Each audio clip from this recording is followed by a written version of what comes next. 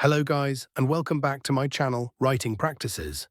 In today's tutorial, we're going to walk through how to write a request for refund of overpayment letter, step by step. This kind of letter is important when you've accidentally paid more than necessary for a service or product and need to formally ask for a refund. Whether the overpayment happened due to a billing error, a miscalculation, or a duplicate transaction, a clear and polite letter can help resolve the situation quickly. As always, I'll be guiding you through each part of the letter, from the sender details all the way to the signature. We're going to keep things natural and conversational, but also professional, just like your letter should sound. Let's get started. Sender information.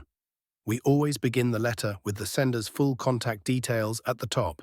This includes your full name, street address, city, state, zip code, email address, and phone number. Here's how that would look.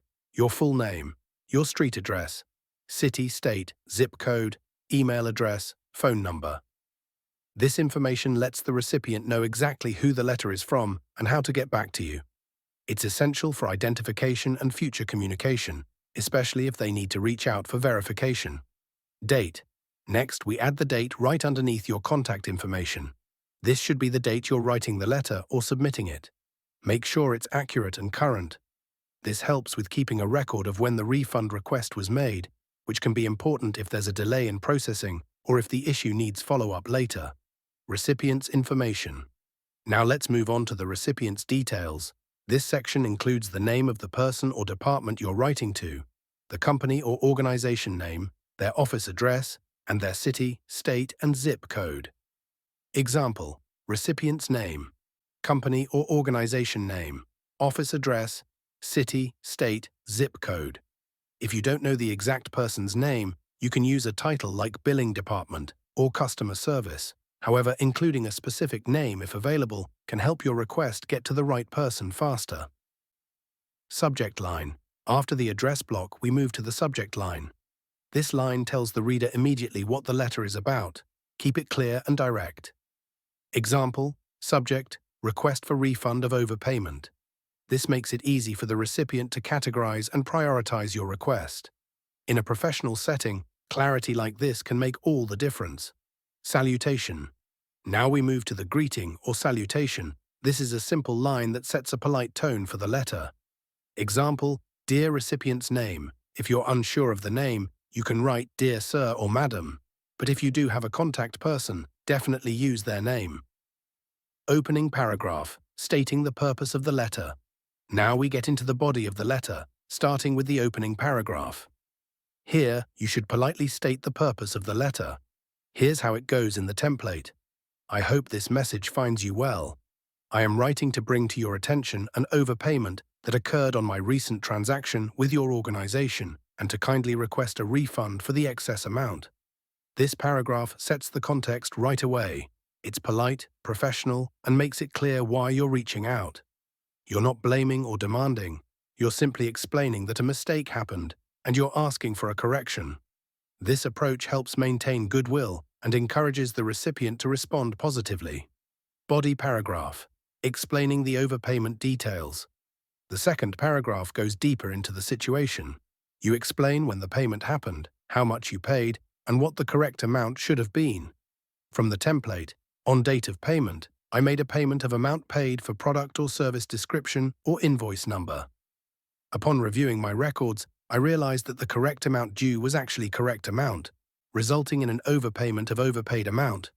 This paragraph is really important because it shows that you've done your homework. You're giving them a full picture of the transaction, when it occurred, what it was for, and exactly how much the discrepancy was. These specifics make it easier for the company to verify your claim quickly. When writing your own letter, double-check that all the amounts and dates are accurate. Refer directly to invoices or receipts to avoid confusion. Supporting documents, providing evidence. The next paragraph addresses the supporting documentation you're including to back up your request. I have attached relevant documentation, including the original invoice and proof of payment, for your reference. I would appreciate it if the overpaid amount could be refunded to the original method of payment or via another method you may find appropriate. including documents like your invoice, receipt, or a screenshot of the transaction helps speed things up. It also shows that your claim is legitimate. You're not just saying there was an error, you're proving it. Also, it's helpful to give the recipient options on how to issue the refund.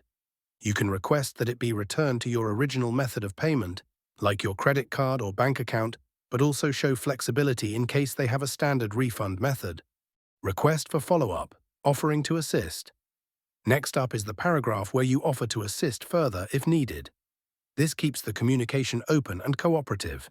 Please let me know if any further information is needed to process this request. I appreciate your prompt attention to this matter and look forward to resolving it at your earliest convenience. This part of the letter is crucial because it shows that you're willing to work with them to resolve the issue. You're not just demanding action, you're inviting conversation if needed. It also gently encourages a timely response without being forceful. Words like prompt attention and earliest convenience are polite but clear. Closing statement. Now we're ready to wrap up the letter. The closing is simple but important. It maintains the professional tone and leaves the door open for further communication. The template closes with, "Sincerely, your full name." Signature, if submitting a hard copy. This is the standard way to end a formal letter. If you're submitting a digital version, you can simply type your name, but if it's a printed letter, make sure to include your actual signature just above your typed name. And that's it. Your full letter is now complete.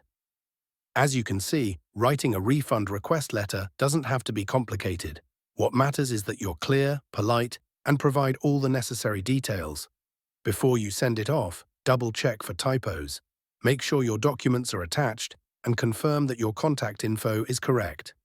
A well-written letter like this can help avoid delays and show the company you're serious and professional. If you found this video helpful, don't forget to like, subscribe, and hit that bell icon so you never miss out on more writing tutorials. I cover everything from formal business letters to visa application support letters, so there's always something new to learn. Thanks for watching, and I'll see you in the next video, right here on Writing Practices.